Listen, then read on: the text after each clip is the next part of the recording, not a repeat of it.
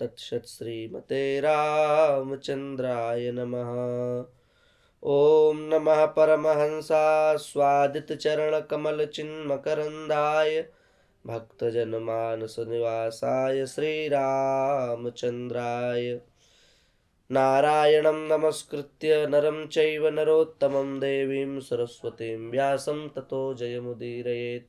श्री सीतारामचंद्र भगवान की जय। हरिशरणम। सनातन धर्म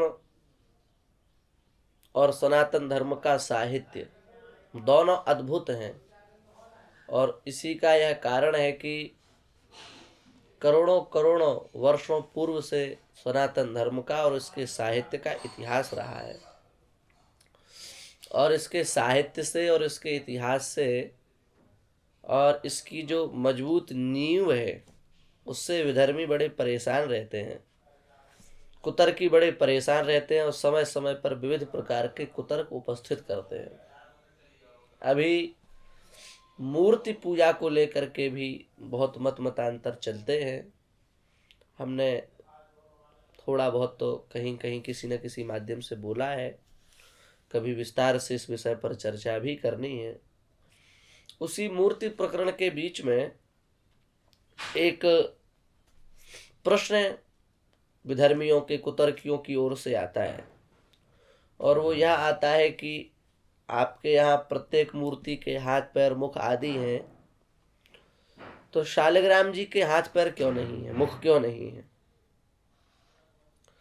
और भगवान शिव के भी हाथ पैर क्यों नहीं? जो लिंग रूप में भगवान शिव की पूजा होती है उसमें भी हस्त चरण आदि कुछ नहीं होते। देखो, शास्त्रीय सिद्धांत के अनुसार और परंपरा के अनुसार, संस्कृति के अनुसार मूर्ति का ही एक पर्यायवाची नाम विग्रह है। मूर्ति को विग्रह भी कहा जाता है और वो विग्रह चार प्रकार के हैं। एक विग्रह स्वयंभू विग्रह होता है। स्वयंभू विग्रह कौन है? सूर्य, चंद्र, वायु, अग्नि, पृथ्वी, इन सब के रूप में भगवान ने जो इनको प्रकट किया है, ये भगवान के स्वयंभू विग्रह हैं। इसलिए जहां विराट पुरुष का वर्णन आता है वहां श्रीमद् भागवत के द्वितीय स्कंद में और श्रीमद् भगवत गीता के 10वें स्कंध में जब आप देखेंगे तो पता चलेगा कि ये पर्वत, ये नदी, ये वनस्पतियां, ये सब कहीं ना कहीं भगवान के अंग ही हैं, भगवान के शरीर ही हैं और भगवान इन सबके शरीर ही हैं। तो ये स्वयंभू विग्रह है। दूसरे एक विग्रह होते हैं जिनको निर्गुण विग्रह कहा जाता है, जो भगवान के निरंजन रूप के प्रतिनिधि के रूप होते हैं। उनका कोई विशेष आकार नहीं होता।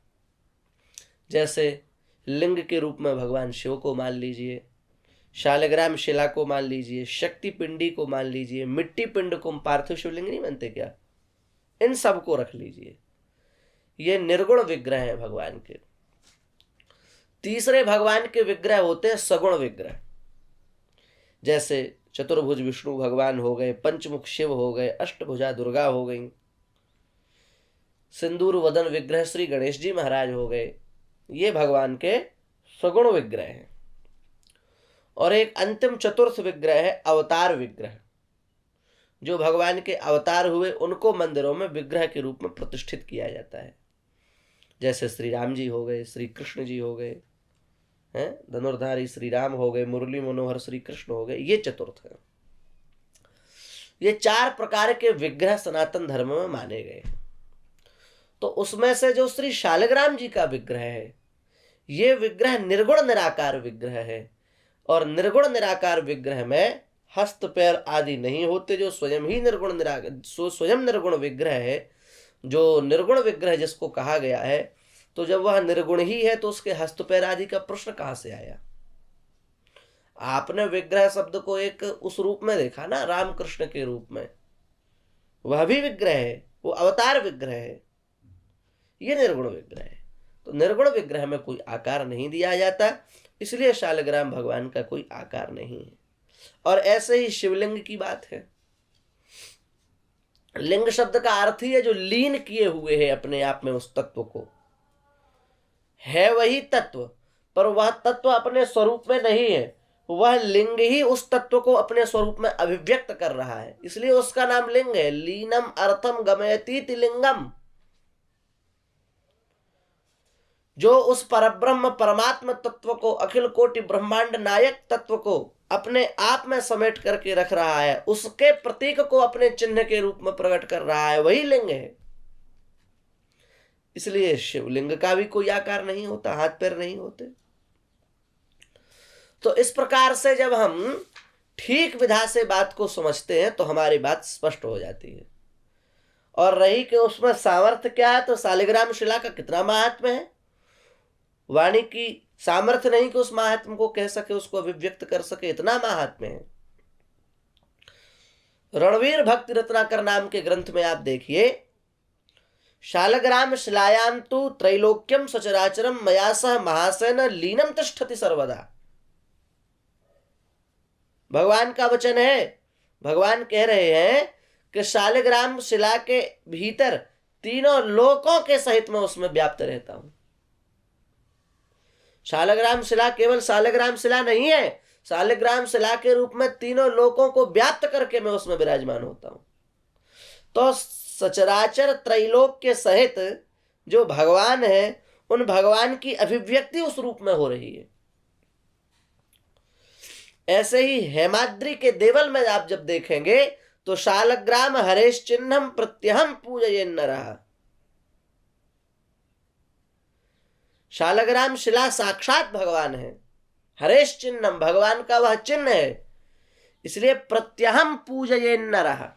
प्रत्यहम माने प्रत्येक दिवस, अहमान दिन, पूजयेन नरः प्राणी को उनकी पूजा करनी चाहिए। कितना सुंदर उनका स्वरूप है, गोल मटोल है, बढ़िया। अब कोई यही कहेगा कि गोल मटोल क्यों है? अरे भाई, उनकी रचना क्या है? भगवान ने क्या बनाया? ब्रह्मांड। ब्रह्मांड क्या है? अंड स्वरूप है। अंड कैसा होता है? गोल होता है। भगवान भी गोल है, क्या समस्या है? संसार में जितने कार्य हैं उनका कोई ना कोई कारण है। यदि यद कार्यम तत्त कर्तृजन्यम।